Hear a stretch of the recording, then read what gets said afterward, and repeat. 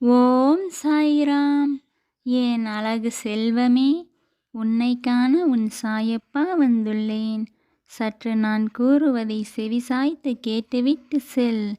என் குழந்தையே, நீ எதை கனவு காண்கிறாயோ நிச்சயம் அதை உன் வாழ்வில் அடையவும் முடியும்.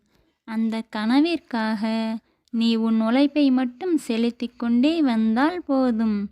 உன் கனவை நீ வாழ்வில் அடைந்துவிடலாம்.